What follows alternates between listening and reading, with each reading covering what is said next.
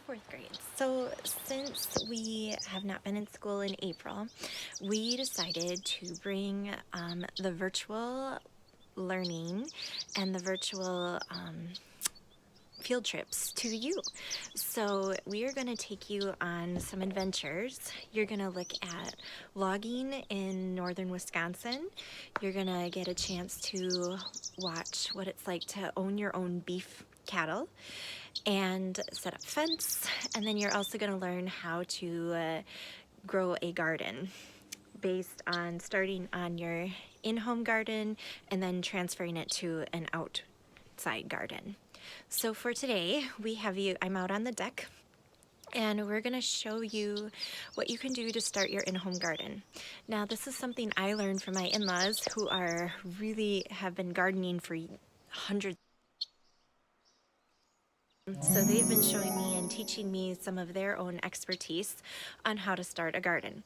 So we went out to our family farm yesterday and we started growing our tomatoes. We bought 2 different types of tomatoes, and tomatoes you want to start inside first. The directions on the packets, like these, actually tell you and suggest that you grow 6 to 8 weeks in advance of starting them outside, which is something that I didn't even know. And there's a couple other plants too. So if you're looking to start your own inside garden and transfer it outside, check the labels on different flower packets. You can visit Home Depot, Walmart, or your local up in Eagle River, the Tractor Farm and Supply will have seeds for you. So check the backs of those and see what types of plants you might want to get started today on your own garden. And make sure too to also check your space and with parents' permission. If your parents want to go to Menards, just make sure that they know that you are not allowed in there. Children under 16 are not allowed. But anyways, off that point, so we have a couple of packets of flowers that we're going to plant today, flowers and plants. Now, as I was saying, we planted 2 different types of tomatoes. One is a bigger tomato, and it is going to be used for salsa. And then we bought tiny cherry tomatoes, which we will be using for snack. My Caitlin loves cherry tomatoes, so she will be learning how to grow her own food, which is really exciting. So she also picked out today from our Walmart, she picked out some red peppers, red and green peppers, and then forget-me-nots. So as I was reading the directions on the back, these, like the tomatoes, need to start inside. And these are the supplies that you're needing in order to start your in-home garden. So we have some cups here that come in a 12 pack. And then we have some starter plants, soil. What we want to do is, if you're starting your own in-home garden, I suggest that you buy cups that are going to be biodegradable, because if you decide that planting is not for you, you don't want to have the plastic laying around. So I did the same thing because this is kind of my first year of having my own big garden. I just bought something just to make sure that it's something I'm going to be if I'm truly interested in it, I can always get more pots, but these ones are a good starter for you. And I bought a 12 pack because in each of my little seeds, each of them is going to be in one pot. So we're going to see that it's going to need a lot of pottery if you're going to use up all your seeds. And you can use seeds for the future too, but to just know that your seeds are small and they're going to go 1 per pot, okay? For our soil, as I was showing you before, I got a natural and organic soil. You don't have to get the natural or organic, but I would suggest that you get a seed starter soil. You want to make sure the nutrients for your plants are inside the soil, especially a seed that is just starting out. You want to make sure it's getting its nutrients so that it will grow properly and you can enjoy the produce that will come from it.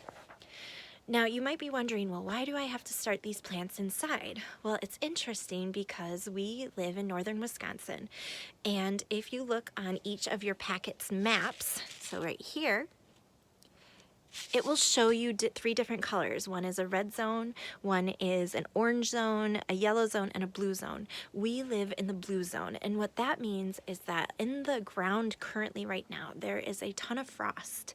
Even though the snow is pretty much all gone, there is still a layer of frost in the ground that will be detrimental, which means hazardous, or will kill your plants that you will start to plant right now. So you have to wait until that zone, and they tell you the months within that zone.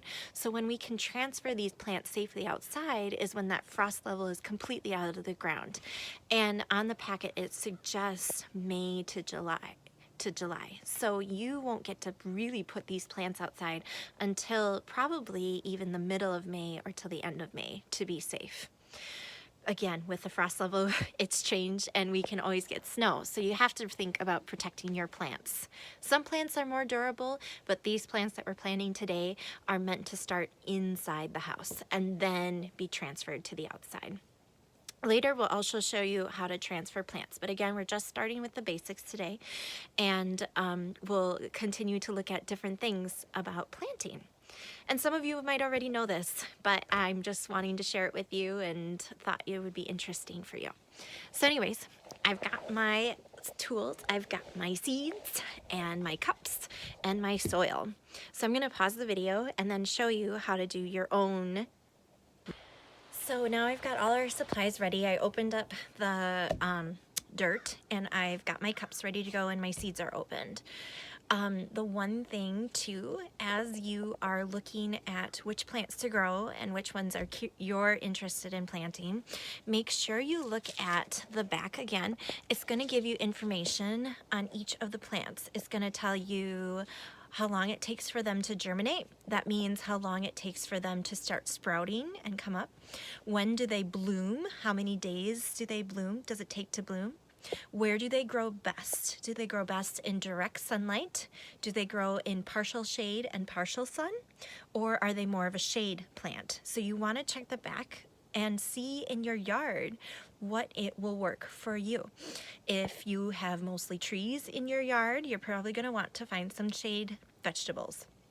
If you have, or flowers, if you have not a lot of trees or shade, you're going to want to find vegetables that will grow directly in sunlight and will be thrive off of the sunlight. So again, look and talk with your parents and see what do you have outside, and make sure you have the room inside too. As I found out yesterday, I had to plan very carefully how many plants I could plant inside currently right now, because I have only a few shelves. So make sure that are in direct sunlight, because I looked at most of my plants, like tomatoes need direct sunlight, my peppers need direct sunlight, and so do my forget-me-nots. So again, checking to see what's in your house where you can keep them out of getting knocked over and causing dirt all over the place, and get them ready for the outdoors. So take all those things into consideration as you're looking to start your own garden. And then also looking outside, where is a good place to plant? We also, I forgot to mention this, we also planted some marigolds. Those are natural, how do I want to say this? They're naturally pest resistance. So your deer and your bugs will not go near your plants if you have marigolds around. So I decided, and Caitlin wanted to plant them anyway because she liked the colors, we decided to use marigolds to keep the pests out. Now in our garden that you'll see later, we also have a huge fence that goes around the whole edge, so we also have that protection too. So again, there's a lot of things to consider when you're planting your basic foods. All right, so I'm gonna first show you. I know it's pretty simple, but it does make a difference when you're planting. So I'm gonna set you down. I'm gonna pull out one of our cups here. I have 12 cups, so I'm gonna do 6 of my bell peppers and 6 of my forget-me-nots. Again, with the space I have to consider what do I really have space for. All right. They're a little pokey. So you see the different seeds are are just different because it's a different plant. And again, each seed will have a different amount that it goes into the dirt. So on this one, it's saying that this plant is going to be 15 to 18 inches. Okay. Again, with your they're pretty tiny, plants, but we're only going to put I've talked one to my mother-in-law, pot. who's an expert. If you put them too closely together, you put two in a pot, they're not going to survive because there's not enough food in the pot. What she does with her plants is she kind of packs them in a little bit like one per pot. So I'm just going to grab some dirt. I'm going to fill the cup about 3/4 of the way. Market here in Rhinelander. She says that what she does with her plants is she kind of packs them in a little bit like this.